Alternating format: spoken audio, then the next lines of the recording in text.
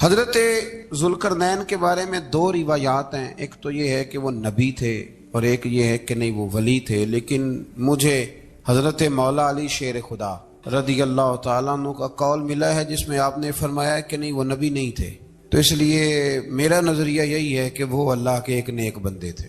اللہ نے انہیں پوری زمین میں اقتدار دیا، وہ ایک مہم پہ نکلے، ان کا ارادہ بنا کہ میں ذرا دنیا کا چکر لگاؤں، تو انہوں نے سفر شروع کیا کہ میں دیکھوں ذرا سورج غروب کہاں ہوتا ہے، تو فرماتے میں پہنچا، بڑا گیا لیکن میں اس مقام تک پہنچ گیا جہاں سورج غروب ہوتا ہے، تو پھر میں نے دیکھا کہ ایک سیاہ کنواں ہے جس کے اندر جا کے وہ چھپ گیا ہے، لیکن رب کریم کی اس حقیقت تک میں پہنچ سکا نہیں۔ پھر آپ فرماتے ہیں کہ میں آگے نکلا تو مجھے ایک قوم کے بارے میں بتلایا گیا جو بڑی خونخوار قوم تھی، بڑی خونخوار، اس کو یاجوج اور ماجوج کہا جاتا ہے۔ یہ قوم اتنی خونخوار تھی کہ یہ درندوں کو بھی کھا جایا کرتے تھے، اتنے لمبے چوڑے ان کے قد تھے، اتنے زیادہ طاقتور تھے کہ سانپ اور بچھو بھی کھا جاتے تھے۔ یہ نکلا کرتے تھے سبزے کے دنوں میں تو ساری کھیتیاں اجاڑ جاتے تھے، ہر چیز تباہ کر جاتے تھے، حتیٰ کہ انسانوں تک کو کھا جاتے تھے۔ تو حضرت ذوالقرنین جب وہاں پہنچے، اللہ تبارک و تعالیٰ نے انہیں ان مظلوم لوگوں کا مددگار بنایا جن پر یاجوج اور ماجوج کی قوم ظلم کرتی تھی۔ انہوں نے آپ سے کہا کہ حضور مہربانی فرمائیں، اس قوم سے تو ہماری جان چھڑائیں۔ آپ نے فرمایا تم میری مدد کرو۔ انہوں نے کہا حضور کس طرح؟ فرمایا بس جسمانی طور پر میری مدد کرو۔ تو آپ نے پھر وہاں ایک دیوار بنائی، لوہا کاٹ کر، سیسا پگھلا کر، پتھر ڈال کر ایک بڑی موٹی تازی دیوار بنائی، اور اتنی اونچی بنائی، اور پھر اس کے چاروں جانب آگ جلائی تاکہ وہ لوہا اس طرح پگھل جائے کہ وہ دیواروں کے ساتھ چپک جائے، تاکہ کوئی آدمی پیر رکھنا چاہے تو پیر رکھ کے اس پہ چڑھ نہ سکے۔ آپ نے وہ دیوار بنائی۔ اب اس قوم کا حال یہ ہوا کہ وہ اس کے اندر قید ہیں، وہ صبح جب اٹھتے ہیں تو اس کو توڑنا شروع کرتے ہیں، توڑتے رہتے ہیں، تو جب شام ہوتی ہے تو ان میں سے ہر روز ایک شخص کہتا ہے اتنی رہنے دو باقی کل کریں گے، لیکن جب وہ سویرے اٹھتے ہیں تو اللہ تعالیٰ اس دیوار کو پھر سے مضبوط فرما دیتا ہے۔ نبی کریم علیہ السلام نے فرمایا قرب قیامت میں ایک وقت آئے گا، قیامت کے قریب جا کے ایک ٹائم ایسا آئے گا کہ اس مخلوق میں سے ہی ایک شخص پکارے گا اور پکار کے کہے گا کہ اب سو جاؤ انشاءاللہ، اللہ ان کی زبان پہ جاری کہے گا اب سو جاؤ اور سویرے انشاءاللہ یہیں سے شروع کریں گے۔ تو فرمایا وہ چونکہ انشاءاللہ کہیں گے تو پھر اللہ تبارک و تعالی اگلے دن اس دیوار کو وہیں پہ رکھے گا جہاں رات کو انہوں نے اسے چھوڑا تھا۔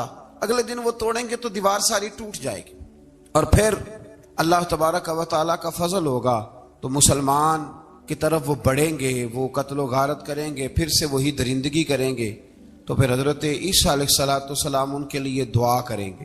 وہ دعا کا یہ حال ہوگا کہ ان کے وجود پر کچھ ایسی چیزیں برآمد ہوں گی جن کی وجہ سے وہ مر جائیں گے، ختم کر دیے جائیں گے، قیامت کے قریب جا کے وہ دوبارہ آئیں گے۔ اس کے بعد پھر اللہ تبارک و تعالیٰ نے سورہ کہف کی آخری آیات میں 7 سمندر اور ان جیسے اور بھی آ جائیں، فرمایا 7 سمندر ہوں اور ان جیسے اور بھی آ جائیں اور مل کر وہ روشنائی بن جائیں تو میرے رب کے کلمات ختم ہونے سے پہلے سمندر ختم ہو جائیں گے۔ اور آخری آیت میں اللہ تعالیٰ نے فرمایا کہ اے رسول صلی اللہ تعالی علیہ وسلم آپ کہہ دیجئے کہ میں تمہاری طرح ہی ایک بشر ہوں، انا بشر مثلکم، میں بھی تمہاری طرح ایک۔ اب مثلکم کا بہت سارے لوگوں نے ترجمہ اپنی طرح کا کر لیا ہے، حالانکہ حضور صلی اللہ تعالی علیہ وسلم نے فرمایا کہ بشر ہونے میں تمہاری طرح ہوں، رسول ہونے میں تمہاری طرح نہیں، اللہ کا حبیب ہونے میں تمہاری طرح۔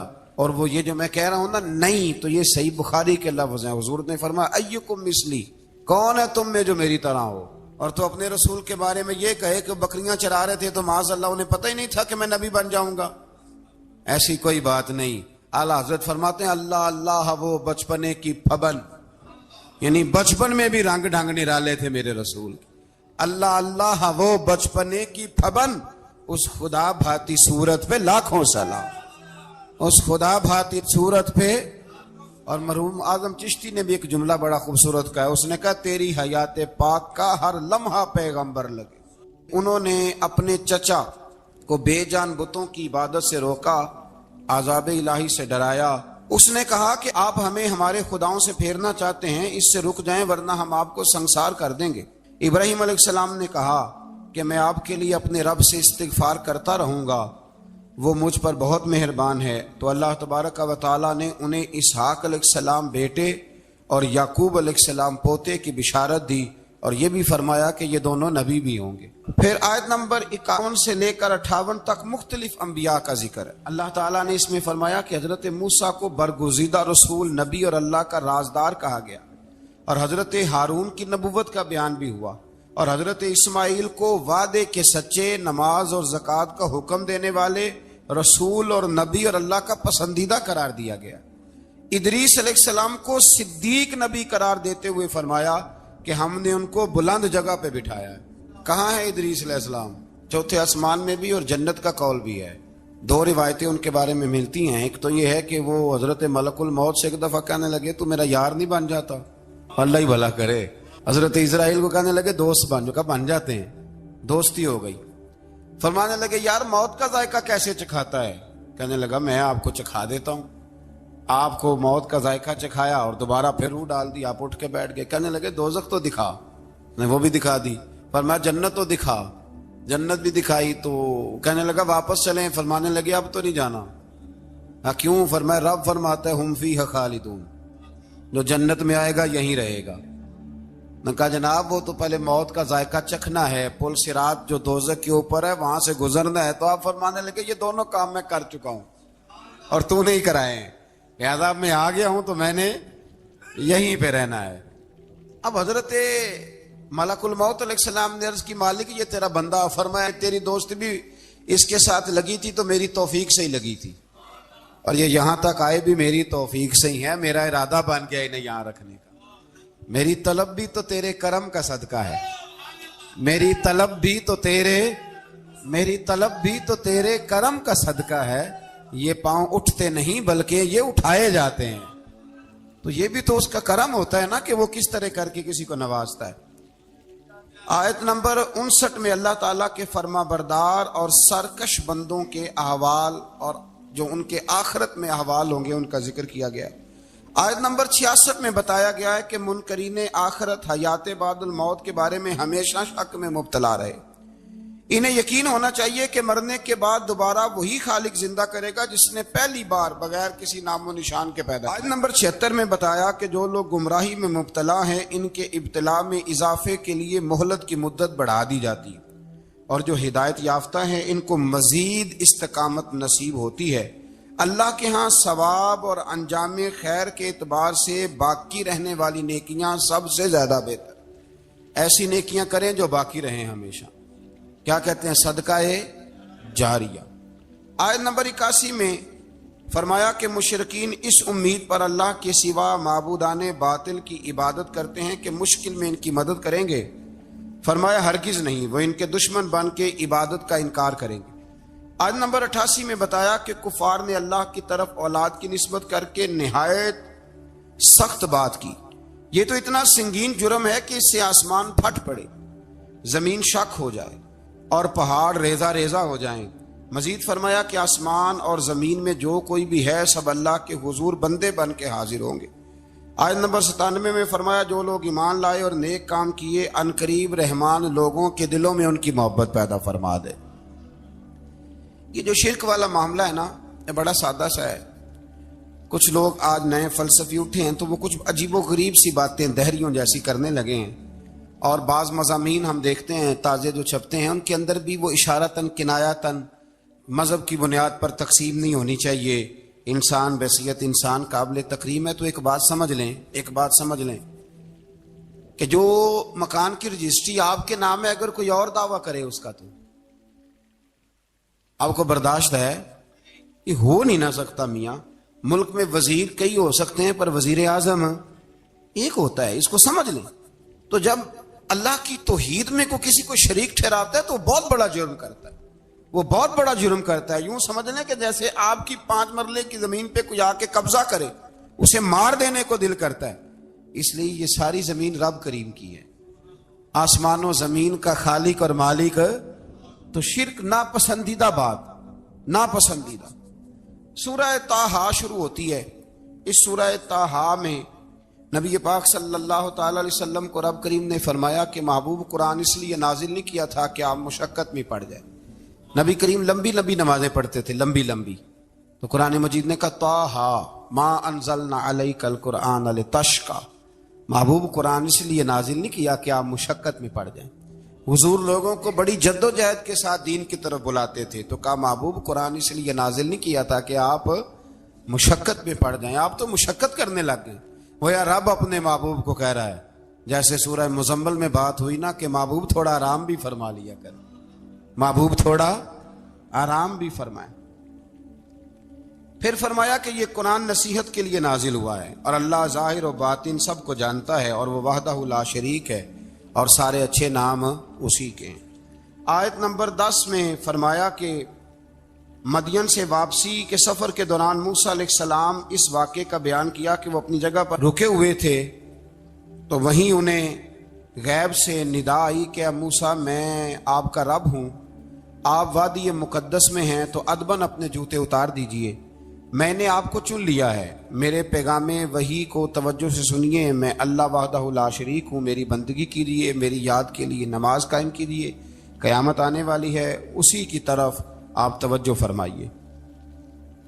اسی موقع پر آپ کو جو معجزات عطا کیے گئے ان کا بھی ذکر ہے، اور وہ ہم پیچھے بہت ساری جگہوں پہ اس کا ذکر کر آئے کہ اللہ تعالیٰ نے ان کو ایک ایسا عصا عطا فرمایا تھا کہ وہ ایک دم میں ہی بہت اژدہا اژدہا بن جایا کرتا تھا. اور پھر حضرت سیدنا موسیٰ علیہ السلام اپنا ہاتھ گریبان میں ڈال کے نکالتے تھے تو آفتاب کی طرح روشن ہو جاتا تھا. اقبال کہتے ہیں یدے بیضا لیے بیٹھے ہیں اپنی آستینوں، یدے بیضا لیے، چمکتے ہوئے ہاتھ ہیں ان کے، تو یہ اپنی آستینوں میں چھپا کے بیٹھے ہیں. پر اقبال نے یہ ولیوں کے لیے کہا ہے، نہ پوچھ ان خرقہ پوشوں کی، ارادت ہو تو دیکھ ان کو، ارادت ہو تو محبت کے ساتھ دیکھ، تنقید کے ساتھ تو پتہ ہے پھر بندے کو کوئی شے نہیں ملتی، آنکھیں گونگ ہو جاتی. ارادت ہو تو دیکھ ان کو، یدے بیضا لیے بیٹھے ہیں اپنی آستینوں میں. پھر اللہ تعالیٰ نے نا حضرت موسیٰ علیہ السلام کو حکم دیا تھا کہ فرعون کو دعوت دیں، تو حضرت موسیٰ نے دعا مانگی جو آیت نمبر 25 اور 28 میں موجود ہے، رب اشرح لی صدری ویسر لی امری واحلل عقدۃ من لسانی یفقہوا قولی. اے میرے رب میرے لیے میرا سینہ کھول دے، میرے لیے میرا کام آسان کر دے، میری زبان کی گرہ کھول دے تاکہ وہ لوگ میری بات کو سمجھ سکیں. یہ آپ نے دعا فرمائی. اور آگے جا کے مزید آپ نے التجا کی کہ میرے خاندان میں سے میرے بھائی ہارون کو اس مشن میں میرا وزیر بنا دے تاکہ مجھے تقویت ملے، اور اسے میرا شریک کار بنا دیجیے. اللہ تعالیٰ نے ان کی اس دعا کو قبول فرما لیا. آیت نمبر 38 سے حضرت موسیٰ علیہ السلام کی پیدائش کا ذکر ہوتا ہے، اور یہ تقریباً آیت نمبر 76 تک چلتا ہے. واقعہ آپ نے پہلے بھی سنا ہوا ہے، اپنے لفظوں میں بھی عرض کیے دیتا ہوں.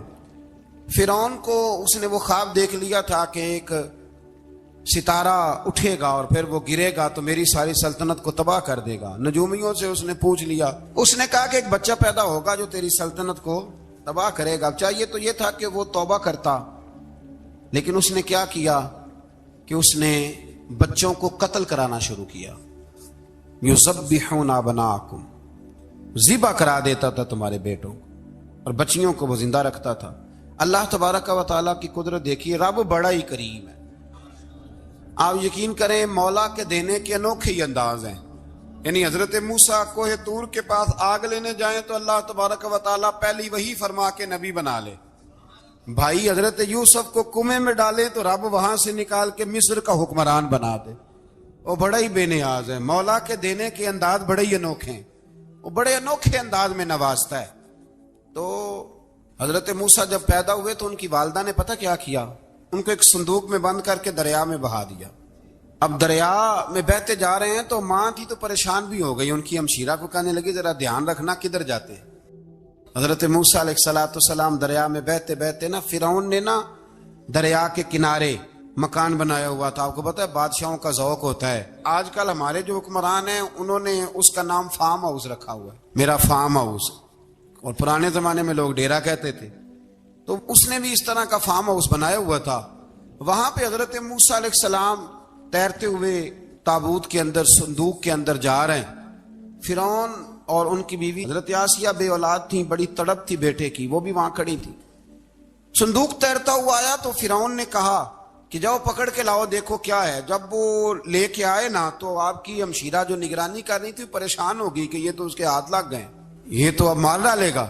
لیکن جب خوبصورت اور چمکتا ہوا بچہ دیکھا تو بی بی آسیہ کہنے لگی یہ بنی اسرائیل کا ہے ہی نہیں, یہ تو پتہ نہیں کہاں سے بہتا ہوا یہاں آ گیا ہے, تو ایسے ہی چھوڑ, یہ پتہ نہیں کہاں سے رکھ نہ لیں. تو حضرت موسیٰ علیہ السلام وہ کہنے لگا نہیں انہی کے ہیں, موسیٰ علیہ السلام اسی کے ہیں. تو آسیہ کہنے لگی تیرے تو سر پہ نا بس بھوت ہی سوار ہو گیا, ہر وقت وہی لوگ تجھے یاد رہتے ہیں, پتہ نہیں کہاں سے بہ کے آیا. اب رکھ لیا, مان گیا فرعون. آپ فرعون کے گھر میں جو اس لیے بچے مروا رہا تھا کہ میری سلطنت حضرت موسیٰ پیدا نہ ہو جائیں, تو اسی کے گھر میں پرورش پانے لگے, اسی کے گھر میں. اب عورتیں منگائیں گئی دودھ پلانے کے لیے, تو حضرت موسیٰ علیہ السلام کسی بی بی کا دودھ نہیں پیتے, تو آپ کی ہمشیرہ نہ وہیں دائیں بائیں گھومتی رہتی. تو کہنے لگی جناب آسیہ سے کہ میں ایک بی بی کو جانتی ہوں, بڑی صاف ستھری ہے, مجھے امید ہے یہ بچہ اس کا دودھ پیے گا. تو فرعون کہنے لگا دوڑ کے لا, تو وہ اپنی والدہ کو لے کے آئیں, تو حضرت موسیٰ نے فوراً دودھ پینا شروع کر دیا. فرعون کو پھر تھوڑا شک ہوا. ایک روایت یوں بھی لکھی ہے بعض لوگوں نے کہ فرعون ایک دن اٹھایا ہوا تھا حضرت موسیٰ کی ابھی تھوڑی سی عمر تھی, تو آپ نے اس کی داڑھی پکڑ کے تو ایک گھونسا دے مارا, جلالی تو شروع سے ہے نا. تو کہنے لگا آسیہ تو مان نہ مان یہ بچہ وہی ہے. تو حضرت بی بی آسیہ کہنے لگی کہ تجھے غلط فہمی ہے, یہ وہ نہیں ہے. اس نے کہا دیکھو نا یہ تو اٹھاتی ہے تو پیار کرتا ہے, اور میرے جب قریب آتا ہے تو اس کے لب و لہجے میں تلخی محسوس کرتا ہوں. اس نے کہا بچوں کو کیا پتا. خیر ایک طرف اس نے کھانے پینے کی چیزیں رکھ دی, ایک طرف انگارے رکھ دیے. وہ بھی حضرت آسیہ کہتی ہیں کہ تجھے سمجھ آئے بچے بچے ہوتے. حضرت موسیٰ بچے تو تھے, پر تھے تو اللہ کے نبی نا, اللہ کے نبی تھے. جب اس نے کہا نا یہ بچے ہیں, تو حضرت موسیٰ علیہ السلام بجائے انگاروں کی طرف جانے کے نبی تھے, وہ سیدھے کھانے پینے والی چیزوں کی طرف بڑھنے لگے. فرعون کہنے لگا اب بتا. اللہ تعالیٰ نے حضرت جبریل کو بھیجا, انہوں نے کہا ادھر نہیں جانا آپ ادھر جائیے. تو آپ آگ کی طرف گئے اور ایک کوئلہ اٹھا کے زبان پہ رکھ لیا. تو آسیہ کہنے لگی سمجھ آئی, بچے کو کیا پتا کدھر جانا ہے کدھر نہیں جانا. اگر وہ اتنا ہی خیال ہوتا, وہی بچہ ہوتا تو آگ. اور بعض مفسرین نے لکھا ہے یہ جو حضرت موسیٰ دعا مانگتے تھے نا رب اشرح لی صدری ویسر لی امری, یہ وہ آگ کا انگارہ جب کوئلہ منہ میں رکھا تھا نا, تو اس کی وجہ سے زبان میں کچھ لکنت آ گئی. تو آپ دعا کرتے تھے کہ یا اللہ میری زبان کی وہ بند گرا کھول دے, تاکہ میں کھل کے فرعون کے سامنے بات کر سکوں. وہیں حضرت موسیٰ پلنے لگے, وہیں پلے, وہیں جوان ہوئے, وہیں اللہ نے ساری دولتیں دی. بہن بھی ملی, ماں بھی ملی, اور سارے عزیزوں کا پیار بھی ملا. اسی گھر کے اندر اللہ نے پرورش کر کے فرعون کے ظلم سے بنی اسرائیل کو نجات عطا فرمائی. آج نمبر 77 سے موسیٰ علیہ السلام کو حکم ہوا کہ راتوں رات بنی اسرائیل کو لے کے نکل جائیں. انہیں اللہ کی طرف سے یقین دلایا گیا کہ ان کے لیے سمندر میں خشک راستہ نکال لیا جائے گا. فرعون نے ان کا تعاقب کیا اور سمندر میں غرق کر دیے گئے. اس مقام پر اللہ تعالیٰ نے بنی اسرائیل پر اپنے احسانات کا ایک بار پھر ذکر فرمایا. حضرت سعد بن ابی وقاص رضی اللہ تعالیٰ عنہ بھی ایک دن جہاد کے لیے نکلے تو رستے میں سمندر آ گیا. حضرت موسیٰ کی قوم کو نا سمندر نے رستہ دیا تھا. تو جناب سعد بن ابی وقاص سمندر کے کنارے کھڑے ہو کے, اب وہ لوگ پوچھنے لگے حضور کیا کرنا ہے. فرمایا کرنا کیا ہے, ابھی دیکھیں کیا ہوتا ہے. تو فرمانے لگے وہ سمندر و دریا, اگر تو حضرت موسیٰ کی نافرمان قوم کو رستہ دیتا ہے تو ہم تو رسول اللہ کے فرما بردار غلام ہیں, ہمیں بھی رستہ دے. تو 12 رستے بن گئے دریا میں سے. جناب سعد بن ابی وقاص لشکر لے کے گزر گئے, باہر گئے تو ایک دفعہ پھر صحابہ کو یقین دلایا. فرمایا کسی کی کوئی چیز تو نہیں رہ گئی دریا میں. دشت تو دشت ہیں دریا بھی نہ چھوڑے ہم, بحر ظلمات میں دوڑا دیے.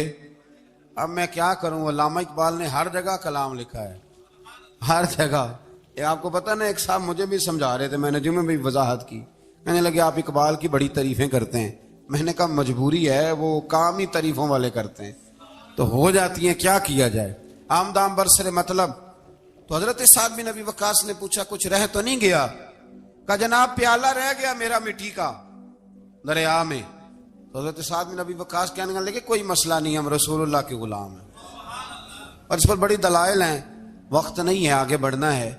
فرمایا او دریا, او ہمارا پیالہ تو واپس کر دے. تو ایک لہر آئی تو پیالہ بھی کنارے پہ پھینک گئی. تو اللہ تعالیٰ نے حضرت موسیٰ علیہ السلام کو کی قوم کو وہاں سے نجات دی۔ آیت نمبر 85 سے سامری کا ذکر ہے۔ سامری ایک جادوگر تھا۔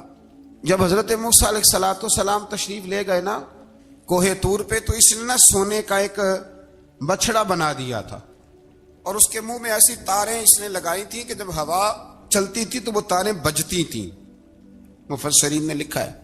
تو بنی اسرائیل والوں کو یہ کہتا تھا دیکھو یہ بولتا ہے، تو بڑے کمزور ایمان کے لوگ تھے، اس طرف متوجہ ہو گئے۔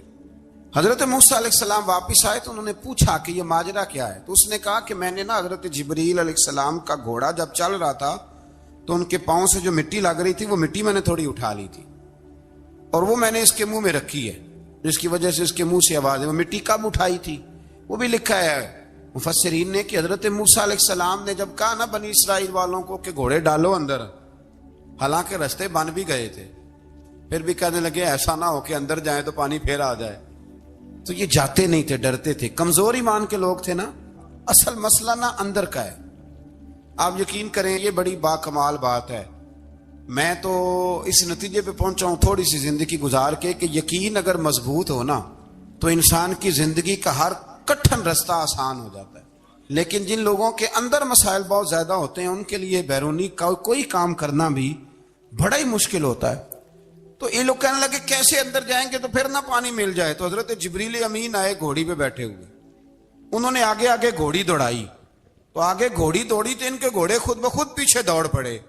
حضرت سیدنا جبریل کی گھوڑی جہاں پیر رکھتی تھی وہاں سے سبزہ اگتا تھا۔ سامری جادوگر تھا، حیرت انگیز چیزوں کو جمع کر لیتا تھا، اس نے وہ جمع کر کے رکھ لی اور بچڑا بنا دیا۔ تو حضرت موسیٰ علیہ السلام نے جب اس سے پوچھا تو اس نے یہ بات بتائی اور کہنے لگا یہ تدبیر مجھے میرے نفس نے سجائی تھی۔ حضرت موسیٰ نے اس سے کہا تو یہاں سے چلا جا، زندگی میں تیرے لیے وحشت کی سزا ہے اور تیری سزا کا وقت آخرت میں مقرر ہے۔ وحشت کا بھی عذاب ہوتا ہے کچھ لوگوں کو وحشت کا عذاب یہ ہوتا ہے، یعنی انسان ہر وقت خوف زدہ رہے۔ آیات بتاتی ہیں کہ اس پر کون سا عذاب ہے، اس پر ایک وحشت طاری رہے۔ اللہ سے دعا مانگیں اللہ تبارک و تعالی ان ساری آزمائشوں سے ہمیں محفوظ فرمائے۔ اسی تسلسل میں پھر قیامت اور سور پھونکے جانے کا ذکر ہے۔ آیت نمبر 105 سے فرمایا کہ لوگ آپ سے پہاڑوں کے متعلق سوال کرتے ہیں، آپ ان سے کہہ دیجئے میرا رب انہیں ریزہ ریزہ کر دے گا اور پوری زمین ہموار میدان کی طرح ہو جائے گی۔ آیت نمبر 109 میں قیامت کی ہولناکیوں کا ذکر ہوا اور فرمایا آج اللہ کی بارگاہ میں کسی کو مجال شفاعت نہیں ہوگی سوائے اس کے جسے وہ اذن شفاعت عطا کرے اور جس کے قول سے وہ راضی ہو۔ آیت نمبر 110 سے اکڑی گردنوں کے حی و قیوم کے سامنے جھکنے، ظالموں کے نامراد ہونے اور مومنین صالحین کے کامیاب ہونے کا ذکر ہے۔ آیت نمبر 114 میں علم میں اضافے کی تعلیم کے لیے دعا ارشاد فرمائی گئی ہے جو بڑی معروف ہے، رب زدنی علما۔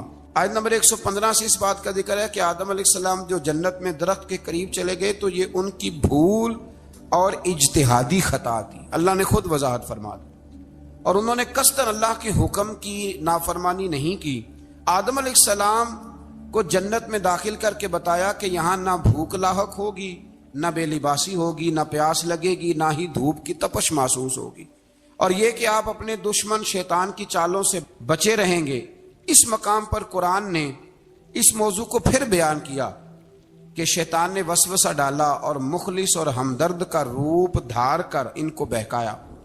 انہوں نے ممنوع درخت سے کھا لیا سو ان کے ستر کھل گئے اور جنت کے پتوں سے اپنے ستر کو ڈھانپنے لگے، پھر اللہ نے ان کی توبہ قبول کی اور جنت سے زمین پر بھیج دیا۔ آیت نمبر 124 سے اللہ تعالیٰ نے فرمایا جو ہماری یاد سے غافل رہے گا ہم اس کے لیے معیشت تنگ کر دیں گے، وَمَنْ أَعْرَضَ عَنْ ذِكْرِي فَإِنَّ لَهُ مَعِيشَةً ضَنْكًا، جو ہماری یاد سے غافل ہوگا اس کے لیے زندگی اس پر اللہ تبارک و تعالی ہر وقت اپنی یاد کی توفیق عطا فرمائے۔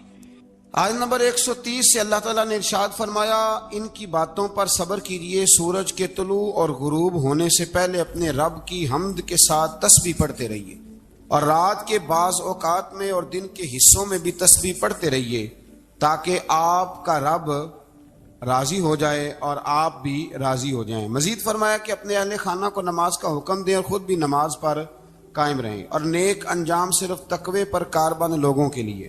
لوگ کیا کہیں گے؟ لوگوں کے لیے الزام لگانا، پروپیگنڈا کرنا بڑا ہی آسان کام ہے۔ دو ہی تو کام دنیا میں آسان ہے، ایک بدگمانی کرنا اور ایک غیبت کرنا، اور اتنا مزیدار کام ہے کہ آپ ساری دیہڑی کرائیں، کوئی بندہ تھکنے کو تیار ہے، معاذ اللہ ثم معاذ اللہ سارا دن۔ اور اگر آپ کہیں کہ اللہ کا ذکر کرو، تسبیح لے لو، صرف 500 دفعہ درود شریف پڑھ لو، تو پھر کیا بنے گا؟ کام یاد آ جائے گا، بہت سارے لوگوں نکل لیں گے۔ کبھی کبھی کچھ چیزیں بڑی یاد رہ جاتی ہیں۔ ایک شاعر نے ایک شعر کہا تھا، میری تھوڑی سی شعری ذوق ہے تو مجھے دلچسپی ہے، رہ جاتی ہیں کچھ باتیں ذہن میں۔ ایک دفعہ ہمارے ایک دوست کے بارے میں کچھ پروپیگنڈا ہونے لگا، تو میں نے انہیں ایک شعر لکھ کے بھیجا، مجھے یاد تھا، میں نے ایک شعر لکھا۔ کسی شاعر نے کہا تھا کہ مخلوق تو فنکار ہے اس درجہ کے پل بھر میں، سنگے در کعبہ سے بھی اصنام تراشے۔ کعبے کے اندر سے مٹی لے کے لوگ بت بنا لیتے اور اللہ کا شریک بناتے ہیں۔ تو کہنے لگا شاعر کہ مخلوق تو فنکار ہے اس درجہ کے پل بھر میں، سنگے در کعبہ سے بھی اصنام تراشے۔ تم کون ہو، کیا چیز ہے داغ کبابی، لوگوں نے تو مریم پہ بھی الزام تراشے۔ لوگ تو منٹ لگاتے ہیں، وہ جو رہی مسجد میں، پلی مسجد میں، لوگوں نے الزام لگانے کا وقت آیا تو الزام لگا دیا، سید عائشہ صدیقہ پہ لگا دیا، صدیق کی بیٹی اور صدیقہ۔ آپ سوچ سکتے ہیں کہ لوگ کہاں تک جاتے ہیں اور باتیں کہاں تک پہنچتی ہیں۔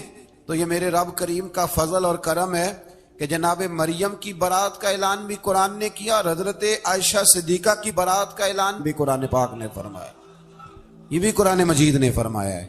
اور کل پرسوں بھی بات ہو رہی تھی حضرت یوسف علیہ السلام کی، تو الزام تو لگتے رہتے ہیں۔ تو میں نے اس دن بھی سوال کیا تھا، پھر دہراتا ہوں کہ غلطی کیا تھی حضرت یوسف کی؟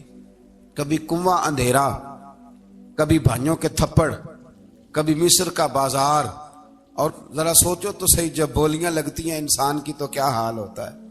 اور پھر ذرا یہ بھی تو دیکھو نا کہ جب زلیخا نے الزام لگایا تو پھر کیا حال ہے، اور پھر 12 سال کی جیل، پر رب فرماتے ہیں شانیں میں نے یوسف کو ہی عطا فرمائی ہیں۔ تو حضرت مریم سلام اللہ علیہا جب وہ بیٹا لے کے گئی ان کے پاس، تو انہوں نے کہا یہ کہاں سے آ گیا؟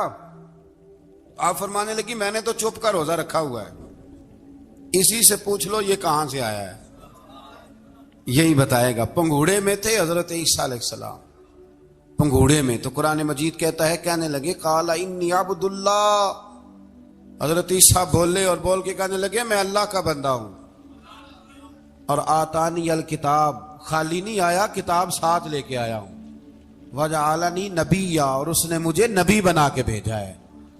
تو حضرت عیسیٰ علیہ السلام پنگوڑے میں ہیں تو کلام فرما رہے ہیں، اپنے نبی ہونے کا اعلان فرما رہے ہیں۔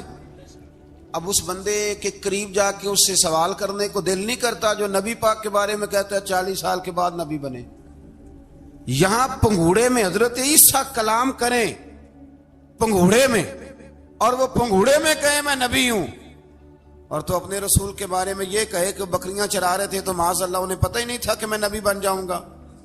ایسی کوئی بات نہیں۔ اعلیٰ حضرت فرماتے ہیں اللہ اللہ وہ بچپنے کی پھبن، یعنی بچپن میں بھی رنگ ڈھنگ نرالے تھے میرے رسول کی۔ اللہ اللہ وہ بچپنے کی پھبن، اس خدا بھاتی صورت پہ لاکھوں سلام، اس خدا بھاتی صورت پہ۔ اور مرحوم اعظم چشتی نے بھی ایک جملہ بڑا خوبصورت کہا، اس نے کہا تیری حیات پاک کا ہر لمحہ پیغمبر لگے۔ یا نبی سلام علیکہ، یا رسول سلام علیکہ، یا حبیب سلام علیکہ، صلوات اللہ علیکہ، یا نبی سلام علیکہ، یا رسول سلام علیکہ، یا حبیب سلام علیکہ، صلوات اللہ علیکہ۔ سرور دنیا دی ہو، رحمت للعالمین ہو، شہنشاہ مہجبی ہو، سب حسینوں سے ہنسی ہو، یا حبیبی یا رسول اللہ یا نبی سلام علیکہ یا رسول سلام علیکہ یا حبیب سلام علیکہ صلوات اللہ علیکہ یا نبی سلام